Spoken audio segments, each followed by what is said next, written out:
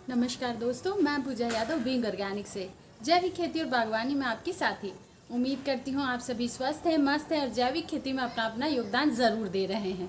दोस्तों, कुछ दिनों पहले मैंने एक वीडियो आपके साथ शेयर किया था जिसमें मैंने वर्मी वॉश से रिलेटेड सारी जानकारी दी थी। इसे कैसे उपयोग कर सकते हैं, किन किन फसलों पर इसे डाला जा सकता है, इसके फ़ायदे क्या क्या हैं।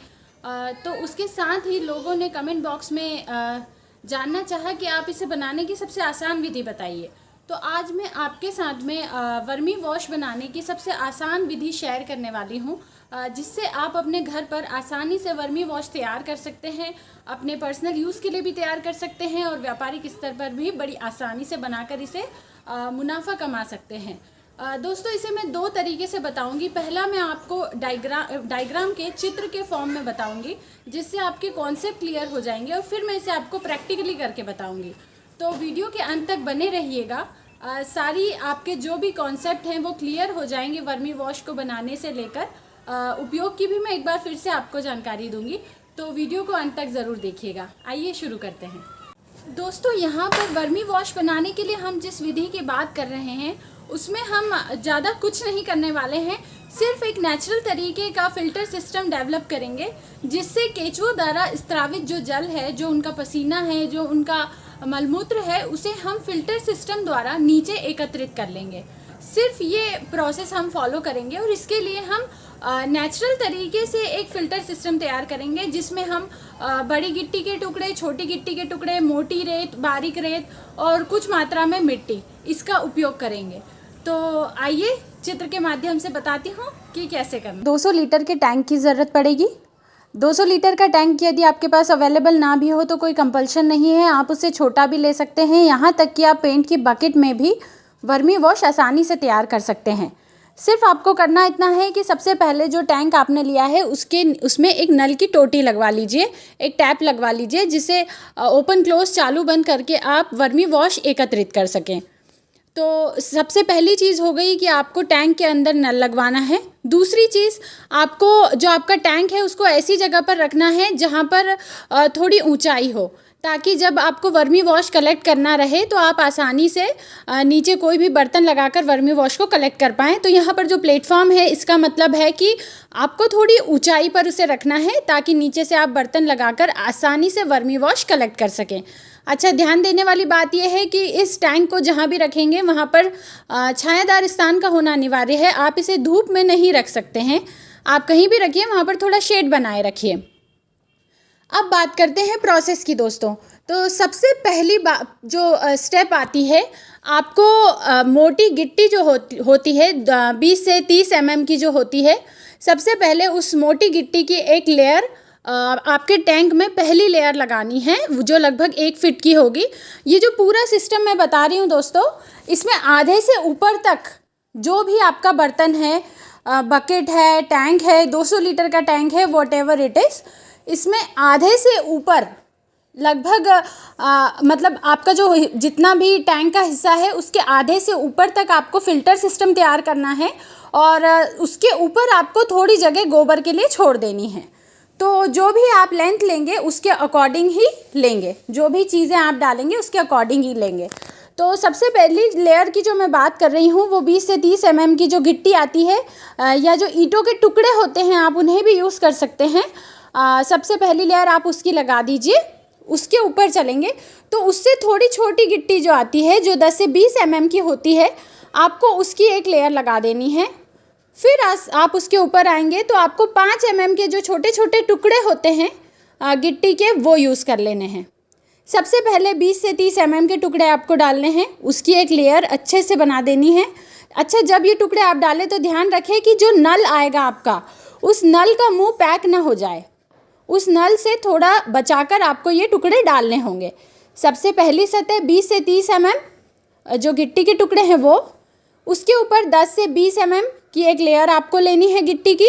फिर जो 5 mm की गिट्टी आती है, आपको उसकी एक लेयर ले लेनी है। जब ये 3 लेयर्स आपकी हो जाती है, फिर उसके ऊपर आपको मोटी रेत की एक लेयर बिछा देनी है। जी हाँ, जो एकदम फाइन सैंड होती है उससे जो थोड़ी सी मोटी रेत आती है, यहाँ पर आपको उसका उपयोग करना है। उस मोटी रेत की आपको एक लेयर बिछा देनी है और उसके ऊपर आपको जो एकदम छनी हुई बारीक रेत आती है, बालू रेत जिसे हम कहते हैं, उसकी एक लेयर ले लेनी है। मोटी रेत के ऊपर बारीक रेत की एक लेयर आ जाएगी। इतना आई थिंक क्लियर हो गया होगा आपको। अब ये जो आपका सिस्टम तैयार हुआ है, बारीक रेत जो आपने बिछा ली है, इसके ऊपर आपको एक बारीक जाली बिछानी है। जाली हम इसलिए बिछा रहे हैं ताकि केचुए नीचे ना जाए। तो जाली जो आप सिलेक्ट करें, चाहे आप उसकी जगह ग्रीन नेट का भी उपयोग कर सकते हैं, ग्रीन नेट में से भी केचुआ नीचे नहीं जाएगा। तो या तो आप जाली ले लीजिए या ग्रीन नेट ले लीजिए। ग्रीन नेट से प्रॉपर उसे कवर कर दीजिए अच्छे तरीके से। अब ग्रीन नेट के ऊपर जब हम चलते हैं तो हमें एक सजीव मिट्टी की लेयर बनानी है 2 सेंटीमीटर की। एक अच्छी बिना रसायन वाली मिट्टी का उपयोग कीजिएगा दोस्तों, और ऐसी मिट्टी का उपयोग कीजिएगा जिसमें से पानी आसानी से चला जाए। चिकनी मिट्टी ना हो कि पानी को नीचे उतरने में किसी भी तरीके की समस्या आए। भुरभुरी मिट्टी का उपयोग कीजिएगा, सजीव मिट्टी का उपयोग कीजिएगा। तो जाली के ऊपर आपने मिट्टी की एक लेयर बना दी है, पतली सी लेयर बनाएंगे, बिल्कुल फाइन लेयर बनाएंगे। यहाँ तक का आपका फ़िल्टर सिस्टम कंप्लीट हो चुका है। अब हमें यहाँ पर सिर्फ गोबर और केचुए ऐड करने हैं। जो मिट्टी की लेयर आपने तैयार की है दोस्तों, उसके ऊपर आपको 20 से 25 दिन पुराना गोबर लेना है, अच्छे से ठंडा किया हुआ गोबर, जैसा कि हम वर्मी कंपोस्टिंग में यूज़ करते हैं। आप उस गोबर को लीजिए और उसमें डाल दीजिए। गोबर जितना हिस्सा आपका बचा है उतने हिस्से में गोबर आ जाएगा। अब इसके ऊपर हमें केचुए डालने हैं, क्योंकि पूरा कमाल केचुए का ही है दोस्तों। तो जैसा कि वर्मी कंपोस्टिंग में होता है कि गोबर ज़्यादा होता है और केचुए कम होते हैं, यहाँ पर हम उसका विपरीत करेंगे। यहाँ पर गोबर कम होगा और केचुओं की संख्या अधिक से अधिक होगी। जी हाँ, केचुए जितने ज़्यादा अधिक होंगे उतनी जल्दी आपका वर्मी वॉश तैयार होगा और उतनी ही बेस्ट क्वालिटी का वर्मी वॉश आप तैयार कर पाएंगे। तो जो गोबर आपने डाला है, ठंडा गोबर जो आपने डाला है, उसके ऊपर आप डबल क्वांटिटी के केचुए स्प्रेड कर दीजिए। यहाँ पर मैं केचुओं की क्वांटिटी इसलिए आपको नहीं बता रही हूँ कि कितने केजी डालना है, क्योंकि जो भी आपने बर्तन लिया है, बकेट लिया है, टैंक लिया है, उसके अकॉर्डिंग आप केचुए डाल दीजिए। लेकिन अधिक से अधिक केचुए डालिएगा तो ज़्यादा अच्छी क्वालिटी का वर्मी वॉश आप कलेक्ट कर पाएंगे। अब ये जो पूरा सिस्टम आपने, पूरा यूनिट जो तैयार किया है दोस्तों, इसे आप जूट की बोरी से ढक देंगे। आप जूट की बोरी से भी ढक सकते हैं, पराली से ढक सकते हैं, नीम की पत्तियों से ढक सकते हैं। इस तरीके से आप किसी भी चीज़ से उसे ढक सकते हैं, जैसा कि हम वर्मी कंपोस्टिंग में करते हैं। तो सबसे फाइनल में आपको जूट की बोरी से इस पूरे यूनिट को कवर कर देना है। तो चलिए आगे की विधि में प्रैक्टिकल करके आपको बताती हूँ। फ्रेंड्स, ये वो सामग्री है जो मैंने अभी आपको बताई थी। सीक्वेंस वाइज मैं आपको बताती हूँ। सबसे पहला हमारा एक टैंक होगा, जो भी आपके पास अवेलेबल है। उसमें नल लगा होना बहुत ज़रूरी है और उसका ऊंचाई पर रखा होना भी बहुत ज़रूरी है। अच्छा, इसमें ध्यान देने वाली बात है कि ये पूरा यूनिट जो आप इस्टेब्लिश करेंगे, इसे छायादार स्थान पर रखें। डायरेक्ट सनलाइट इस पर नहीं होनी चाहिए। सबसे पहले जो लेयर बनेगी वो इनकी बनेगी। बड़े बड़े ईंटों के टुकड़े हैं ये। आपके पास में अगर सबसे बड़ी वाली गिट्टी है तो आप उसका उपयोग कीजिए, और अगर नहीं है तो आप इसका भी उपयोग आराम से कर सकते हैं। इसके बाद में इससे छोटी साइज़ के टुकड़े हम लेंगे, छोटी साइज़ की गिट्टी या ईंटों के टुकड़े। ये देखिए, ये उससे थोड़ा छोटा साइज़ है। इसके बाद में हम इस वाली गिट्टी का उपयोग करेंगे, जैसा कि आप देख पा रहे हैं। इसके बाद में जिसे बजरी कहा जाता है या मोटी रेत कहा जाता है, ये देखिए, इसका उपयोग आपको करना है। और इन सब के ऊपर एक फाइन लेयर आपको इस रेत की लगानी है, जो नॉर्मली घरों के प्लास्टर में यूज़ होती है, उसकी। फिर आपको एक ग्रीन नेट की ज़रूरत पड़ेगी। ये वो ग्रीन नेट है। जाली अगर है आपके पास तो आप जाली भी लगा सकते हैं। ग्रीन नेट हम सिर्फ केचुओं को नीचे ना उतरे इसलिए लगा रहे हैं। फिर ये मिट्टी यूज़ करनी है, सजीव मिट्टी होनी चाहिए। पानी का जमाव ना हो, इस प्रकार की मिट्टी हो, चिकनी मिट्टी ना हो। ये मैंने बरगद के नीचे की मिट्टी ली है, जिसमें भरपूर मात्रा में जीवाणु होते हैं। इसके अलावा आपको जो लगना है वो है गोबर। 15 से 20 दिन पुराना गोबर होना चाहिए। गैसेस पूरे तरीके से निकल जानी चाहिए। और इसके अलावा जो आपको लगने हैं वो है केचुए। तो चलिए वर्मी वॉश बनाना शुरू करते हैं। तो स्टेप बाय स्टेप में यह सारी चीज़ें इस टैंक में लगाते जाऊंगी, जैसा कि मैंने प्रीवियस आपको बताया है। सबसे पहले मैं ये जो बड़े बड़े ईंटों के टुकड़े हैं या गिट्टी के टुकड़े जो भी आपके पास अवेलेबल है, उसका एक लेयर आप लगा दीजिए। लेयर लगाते टाइम ध्यान रखिएगा कि जो नल है उसका मुंह पैक ना हो, और इन्हें आप ज़्यादा फोर्सफुली ना लगाएं, उससे हो सकता है आपका यूनिट जो आप इस्टेब्लिश करने वाले हैं, जो टैंक है, वो डैमेज हो जाए। तो आराम से रखिएगा, टैब को ओपन रखिएगा।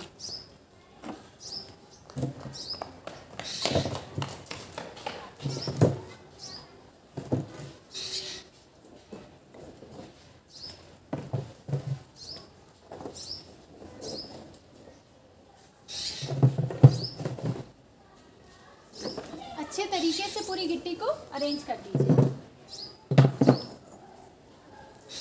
इस पूरे यूनिट को बनाते वक्त आपको ध्यान रखना है कि जो आप फिल्टर सिस्टम प्रिपेयर कर रहे हैं, वो ये जो हाफ पोर्शन है इसके ऊपर तक आ जाना चाहिए।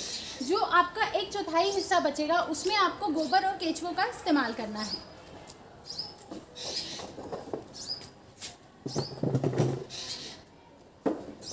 तो ये मेरी पहली लेयर कंप्लीट हो गई है। बड़े बड़े टुकड़ों की, ईंटों के टुकड़ों की या गिट्टी के टुकड़े जो भी आपके पास अवेलेबल है। इसके बाद इससे जो छोटा टुकड़ा है, ये देखिए, ये जो टुकड़ा है इसकी आपको सेकंड लेयर लगानी है।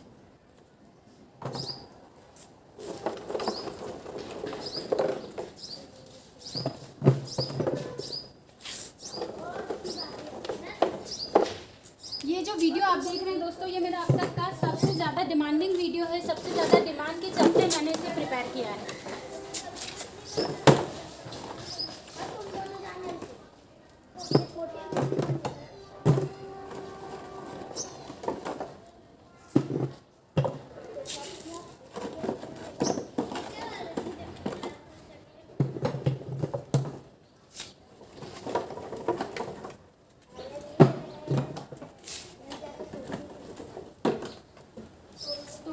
मेरी सेकेंड लेयर कंप्लीट हो गई है। अब इसके बाद में जो थर्ड लेयर आने वाली है, वो जो आपके गिट्टी के टुकड़े हैं इनकी आएगी।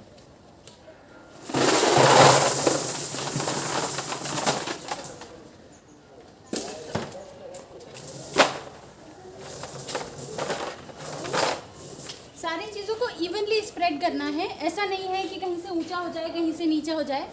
सारी चीज़ों को एकदम समतल वे में आपको लगाना है।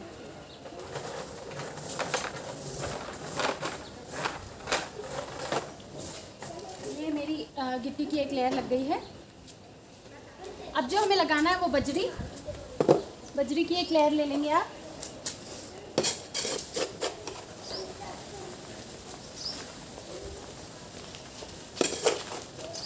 इस पूरे प्रोसेस से आप एक प्राकृतिक फिल्टर बना रहे हैं, जिससे जो भी आपका वर्मी वॉश है वो आसानी से प्रॉपर फॉर्म में आपको मिल जाए।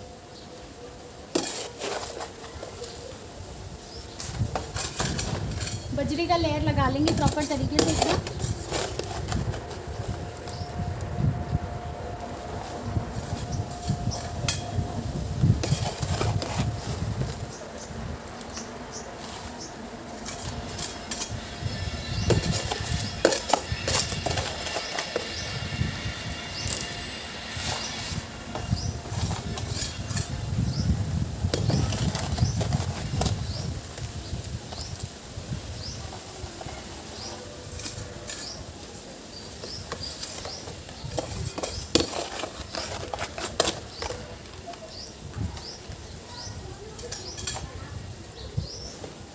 अच्छे तरीके से स्प्रेड कर दीजिए, कहीं से भी अनइवन ना रहे। समतल होना बहुत ज़रूरी है, नहीं तो आपके यूनिट में पानी रुकने लगेगा। और पानी को बिल्कुल भी रुकने नहीं देना, उसका फ्लो प्रॉपर होना बहुत ज़रूरी है। तो ये मेरी बजरी की लेयर भी हो गई।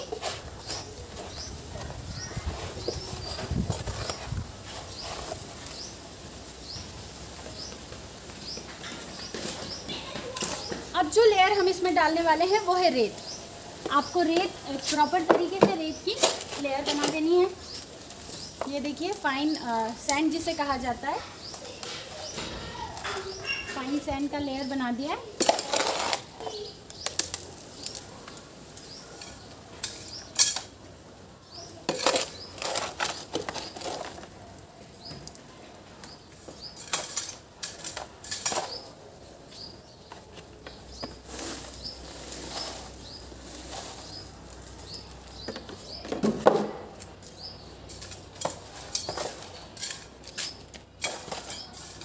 ये मेरी लास्ट लेयर भी कंप्लीट हो गई है। इतना प्रोसेस हमारे फिल्टर सिस्टम का कंप्लीट हो गया है। अब इसके बाद में आपको क्या करना है, एक ग्रीन नेट लेना है या जाली लेना है, जो भी आपके पास अवेलेबल है आप उसे यूज़ कर लीजिए। और जो सिस्टम आपने बनाया है उसको प्रॉपर तरीके से इससे कवर कर दीजिए। कवर ऐसे करना है कि केचुए नीचे ना जा पाए।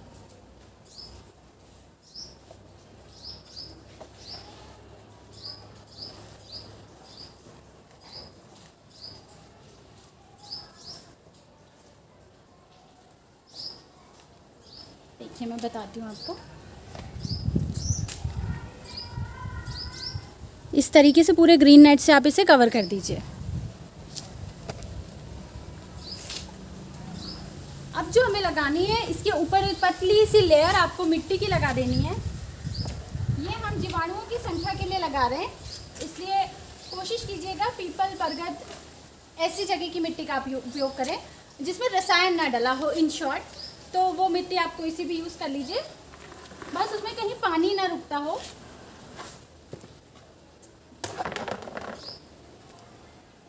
प्रॉपर तरीके से इस मिट्टी को फैला दीजिए।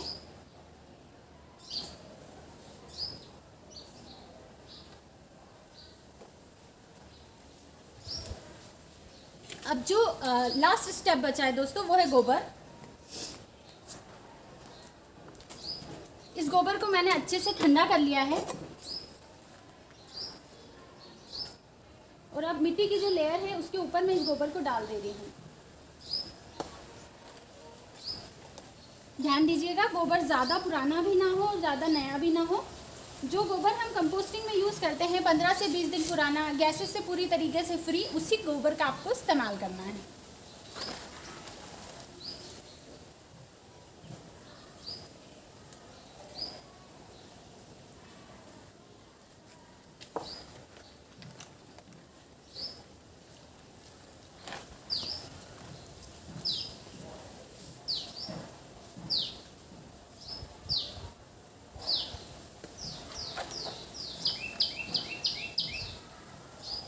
पूरे तरीके से कवर कर दीजिए गोबर से, केचुओं को कहीं भी नीचे जाने का स्कोप ना रहे। उन्हें यहीं पे अपना अच्छा सा भोजन मिल जाए जिसे खाकर वो प्रॉपर तरीके से अपना काम करते रहें।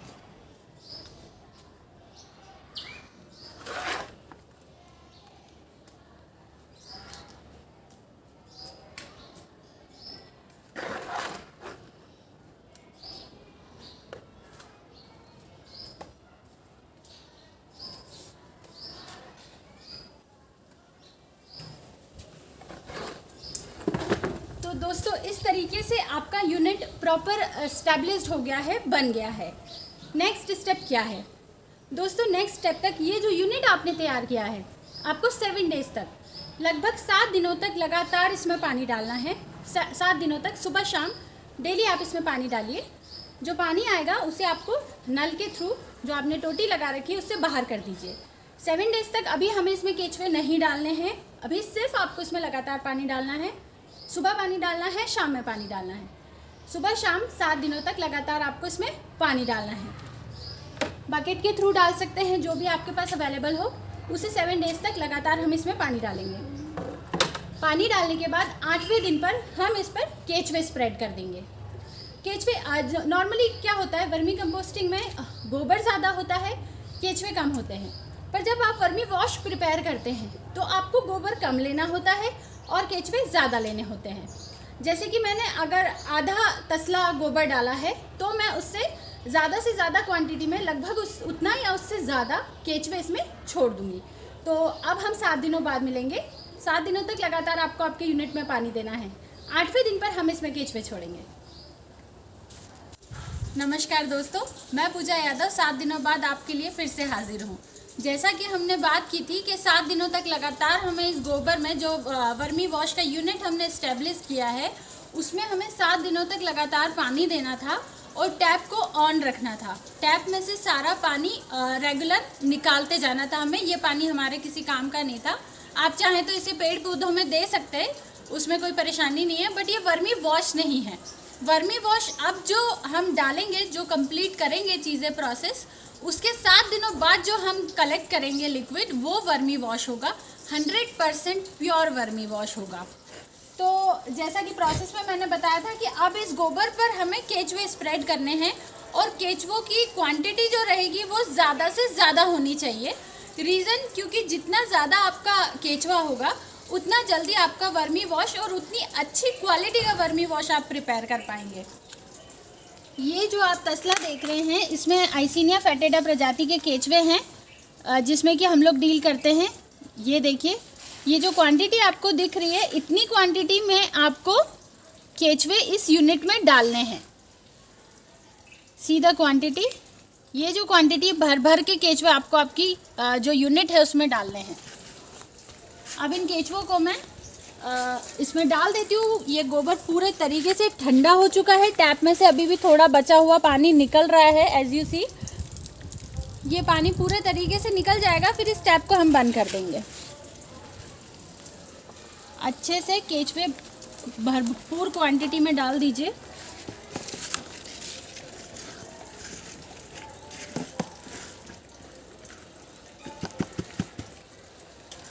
इसे प्रॉपर तरीके से इवनली स्प्रेड कर दीजिए।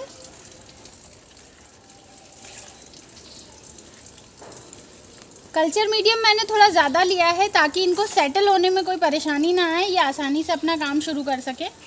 5 मिनट बाद आप देखेंगे कि ये केचुए पूरे तरीके से अंदर चले जाएंगे, अपने काम पर लग जाएंगे इन शॉर्ट।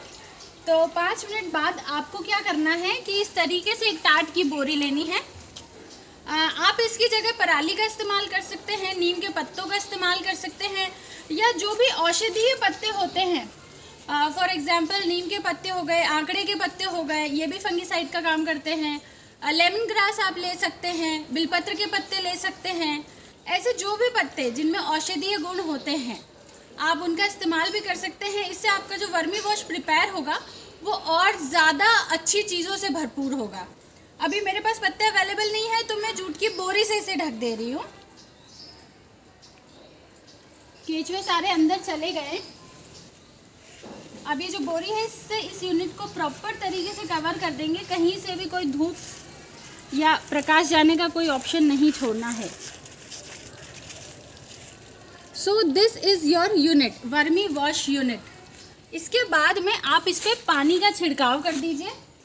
अब हमें पानी का छिड़काव कम मात्रा में करना है। जैसे अभी हम भर भर के पानी डाल रहे थे वैसे नहीं डालना है। एक बार का आपका टाट अच्छे से गीला हो जाना चाहिए। उसके बाद में जब आप पानी डालेंगे तो कम मात्रा में पानी डालेंगे। आप अगर ड्रॉप बाय ड्रॉप डाल सकते हैं। फॉर एग्जांपल ये जो जगह है इसके ऊपर आप एक मटका टांग दीजिए, मटके में छेद कर दीजिए और उसे भर कर रख दीजिए। फिर उसमें से ड्रॉप ड्रॉप ड्रॉप पानी गिरता रहेगा और आपकी यूनिट में मॉइस्चर बना रहेगा। और अगर वैसी व्यवस्था नहीं है तो आप शावर से दे सकते हैं, जिससे हम पानी का छिड़काव करते हैं। वो भी नहीं है तो आप नॉर्मल मग से पानी दे दीजिए। बस ध्यान दीजिएगा पानी एक्सेस वाटर नहीं करना है, क्योंकि हमें प्योरिटी चाहिए। वर्मी वॉश में प्योरिटी चाहिए, पानी कम चाहिए। तो दोस्तों ये था एक सिंपलेस्ट मेथड जिससे आप वर्मी वॉश बना सकते हैं। बहुत अच्छी क्वालिटी का वर्मी वॉश बना सकते हैं, खुद के लिए इस्तेमाल कर सकते हैं, व्यापारिक स्तर पर बनाकर इसे बेच भी सकते हैं। It's up to you. अगर व्यापारिक स्तर पर नहीं भी कर रहे हैं तो अपने खेतों के लिए स्वयं बनाइए, अपनी फसल के लिए स्वयं बनाइए। ये जो बाज़ार से आप सो कॉल्ड महंगे महंगे पोषक तत्वों से भरपूर स्प्रे लाकर करते हैं ना फसल पे, उसकी आपको बिल्कुल आवश्यकता नहीं होगी। एक बार जब आप इसका इस्तेमाल करेंगे तो आपको इसकी वैल्यू पता चलेगी। कंपोस्ट को आप मेडिसिन ले लीजिए, वर्मी वॉश को आप इंजेक्शन ले लीजिए। जो काम इंजेक्शन करता है, जिस स्पीड से करता है, वो हम सभी जानते हैं। तो वर्मी वॉश को आप फसल के लिए एक इंजेक्शन के तौर पर इस्तेमाल कर सकते हैं। उम्मीद करती हूँ दोस्तों आपको ये वीडियो पसंद आया हो। आप अपने लिए स्वयं एक यूनिट ज़रूर बनाएंगे, और अगर आप बनाते हैं तो प्लीज़ कमेंट बॉक्स में ज़रूर बताइएगा। और ऑलरेडी यदि आप वर्मी वॉश बना चुके हैं, इसके रिजल्ट्स आपने देखे हैं, तो प्लीज़ अपने जुड़े लोगों से शेयर कीजिए, कमेंट में बताइए कि हाँ आप ऑलरेडी इसका यूज़ कर रहे हैं। इससे लोग इंस्पायर होंगे, किसान का खर्च कम होगा, खर्च कम होगा तो अपने आप उसको मुनाफा ज़्यादा होगा। फ्रेंड्स, उम्मीद करती हूँ आपको ये वीडियो पसंद आया हो। अगर पसंद आया है तो लाइक और शेयर ज़रूर कीजिएगा। Thank you.